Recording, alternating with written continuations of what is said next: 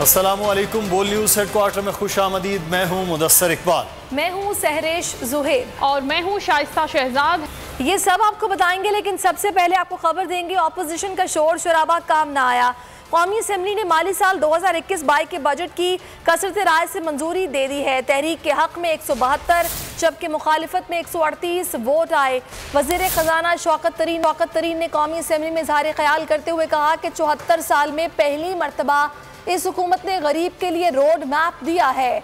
हक में 172 वोट आए, मुखालिफत में 138 आए। ऑपोजिशन का शोर शराबा काम ना आया। कौमी असम्बली ने माली साल 2021-22 के बजट की कसरत राय से मंजूरी दे दी है। तहरीक के हक में 172 जबकि मुखालिफत में 138 वोट आए। शौकत तरीन ने कौमी असम्बली में इज़हार ख्याल करते हुए कहा कि 74 साल में पहली मरतबा इस हुकूमत ने गरीब के लिए रोड मैप दिया है।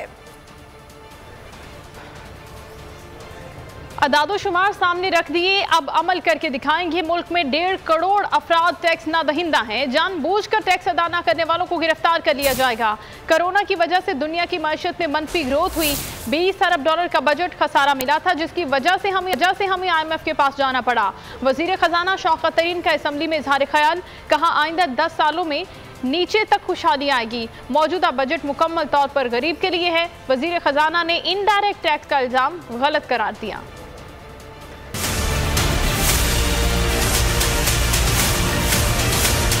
गाड़ियों में आलमी सतह की जदीद ट्रैकिंग नंबर प्लेट्स लगाई जाएं। तमाम कानून नाफिज करने वाले इदारों की मुशावरत भी होनी चाहिए। सिंध की गाड़ियों में जदीद ट्रैकिंग नंबर प्लेट्स लगाने की राह हमवार। सिंध हाई कोर्ट का बड़ा हुक्म जारी। फैसले में वजारत दिफा के मातहत इदारे को जदीद ट्रैकर नंबर प्लेट्स का टेंडर दुरुस्त करार। टेंडर में इस्तिस्ना देने के खिलाफ निजी कॉन्ट्रैक्टर की दरख्वास्त मुस्तरद कर दी। सिंध हुकूमत ने दौरान समात मौकफ अपनाया। FRID नंबर प्लेट्स बनाना हसास काम है। हसासियत के पेश नजर ये tender national radio and telecommunication corporation को दिया। बजट में इनडायरेक्ट टैक्सों के सिवा कुछ नहीं। पीपल्स पार्टी के खुर्शीद शाह और नवीद कमर की कौमी असम्बली में बजट पर तनकीद। बोले टैक्स फ्री बजट का दावा करके 1200 अरब के टैक्स लगा दिए गए। ऑनलाइन मार्केट पर भी टैक्स लगा दिया। बजट में सेहत के लिए कुछ नहीं रखा गया। हेल्थ कार्ड बांटने का बहुत बड़ा स्कैंडल सामने आने वाला है।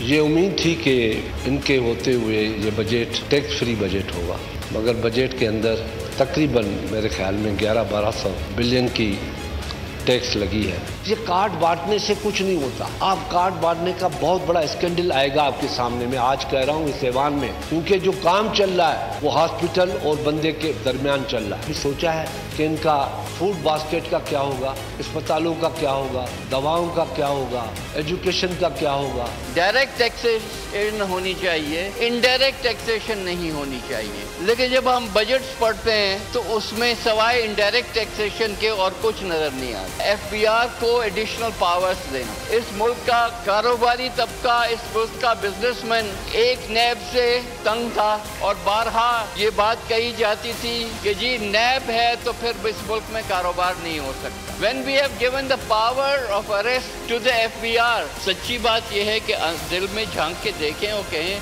कि FBR में हर शख्स जो है वो एक फरिश्ता बैठा हुआ है। एक तरफ आपका वेस्ट पे नैब बैठा है, ईस्ट पे अब FBR with the powers of arrest बैठे हैं। That is not the solution. PTI रहनुमा फिरदौस शमीम नकवी ने सिंध असम्बली से मुस्ताफ़ी होने का ऐलान कर दिया। इस्तीफे का ऐलान करते हुए फिरदौस शमीम नकवी ने कहा कि वो अपने हल्के की खिदमत करने से कासिर हैं, इसलिए एहतजाजन मुस्ताफ़ी हो रहा हूँ। बोले पिछले 3 साल से जमहूरियत का जनाजा देखते आ रहे हैं, एहतजाज के लिए सड़कें मौजूद हैं।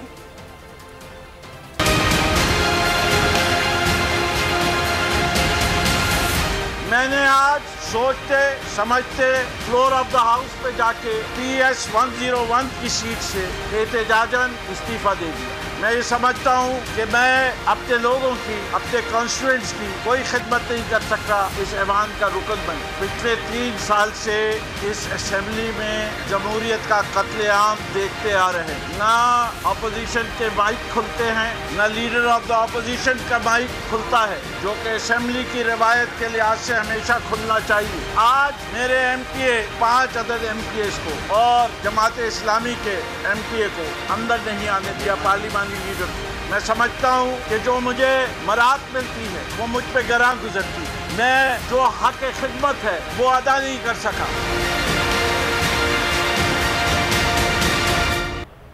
सिंध असम्बली के इजलास में पीटीआई ने अनोखा अंदाज अपनाया। अरकान ढोल बाजे लेकर असम्बली में पहुंच गए। असम्बली के दरवाजे को बंद कर दिया गया। हलीम आदिल शेख, फिरदौस शमीम नकवी और दीगर गेट को धक्के देकर अंदर पहुंच गए। खातून एमपीएस गेट के बाहर रह गई। हलीम आदिल कहते हैं पीपी अरकान डिक्टेटर की पैदावार है।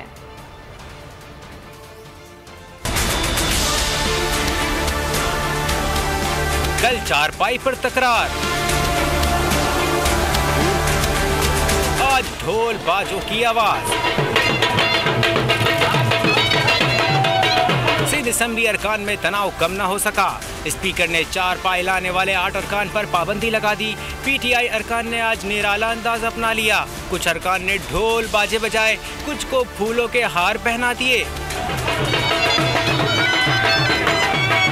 असम्बली के दरवाजे बंद किए गए। हलीम आदिल शेख, फिरदौस शमीम नकवी और दीगर गेट को धक्के देकर अंदर पहुंच गए।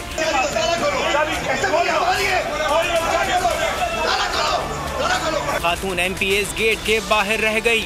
ओपोजिशन लीडर हलीम आदिल शेख ने मुराद सरकार को आड़े हाथों ले लिया। पीपल्स पार्टी को डिक्टेटर की पैदावार करार दिया। यहाँ बेबी का दौर चल रहा है। तय हो गया कि ये डिक्टेटर्स की औलाद है, ये डिक्टेटर्स की पैदावार है। चार्टर ऑफ डेमोक्रेसी जो बीबी ने साइन किया था, जब बेबी का दौर आया तो उसके तहत अपोजिशन लीडर फिरदौस शमीम नकवी को चेयरमैन नहीं बनाया। पीटीआई रहनुमा ने अरकान पर पाबंदी को इंतकामी कार्रवाई करार देते हुए मुस्तरद कर दिया। एक तरफ हरीम शाह और एक तरफ हलीम शेख हैं। ये लोग असम्बली के अहल नहीं। वजीर इत्तलात सैयद नासिर हुसैन शाह का बयान बोले, कभी भी इस तरह के हालात और हरकत असम्बली में नहीं हुए। इनको ज़बरदस्ती आरटीएस साहब बहादुर की मेहरबानी के ज़रिए लाया गया है। ये एक मरतबा तो आ गए हैं, ये लोग आइंदा असम्बलियों में कभी नहीं आएंगे। पाकिस्तान की आवाम ने इन्हीं हरकतों की वजह से इनको मुस्तरद कर दिया है।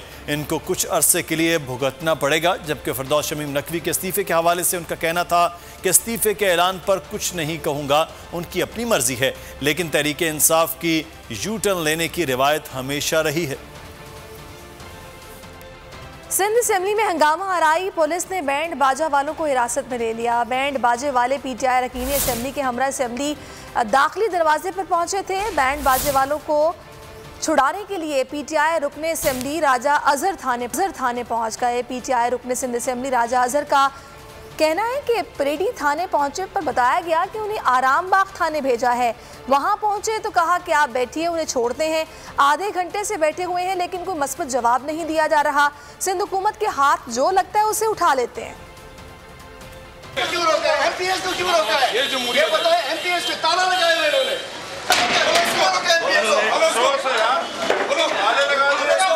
ये चोरों का ताला है असम्बली पर डाकुओं का ताला है। एमपीएस को असम्बली में आने से रोका हुआ, बताएं। सबसे बड़ी बीमारी ताला किसने लगाया है?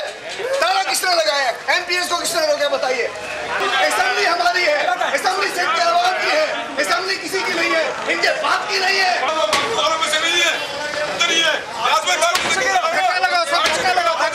बदतमीजी चल रही थी, तो अंदर गुंडे बैठे हुए हैं। इनके घर में माएँ बहनें नहीं होंगी, इनको इज्जतों का पता नहीं होगा कि हम यहाँ के एमपीएस हैं, हम यहाँ के इलेक्टेड मेंबर हैं। लेकिन इन लोगों ने गेट पे ताले लगा दिए, हमें धक्के दिए, पुलिस वालों ने हमारी चादरें खींची।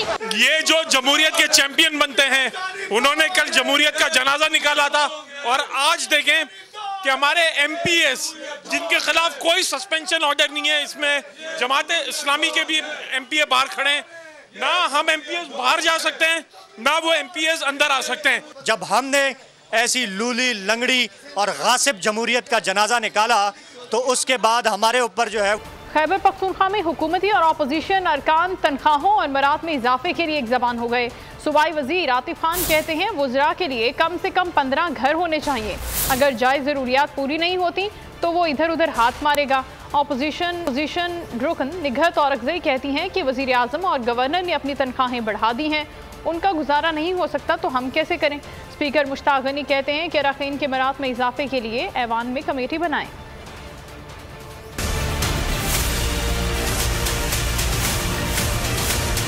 तनख्वाहें और मराद बढ़ाए जाएं। खैबर पख्तूनख्वा में हुकूमत और अपोजिशन एक आवाज हो गए। बोले वुज़रा के लिए कम से कम 15 घर होने चाहिए। अगर जायज जरूरियात पूरी नहीं होती तो इधर उधर हाथ मारेगा।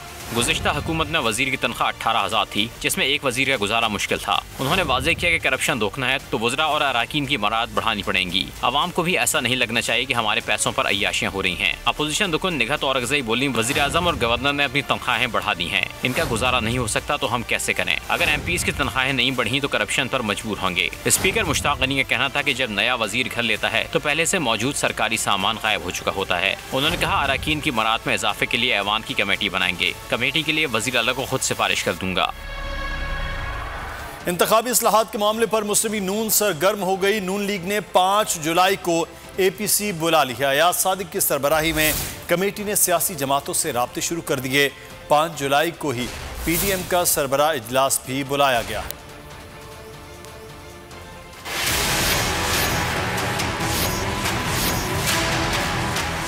शहबाज शरीफ का इलेक्शन कमीशन को खत, फिर बैरून मुल्क पाकिस्तानियों को असम्बली में मखसूस नशिस्तें देने का मुतालबा। और अब नून लीग ने इंतखाबी इस्लाहात पर एक कदम और आगे बढ़ा दिया।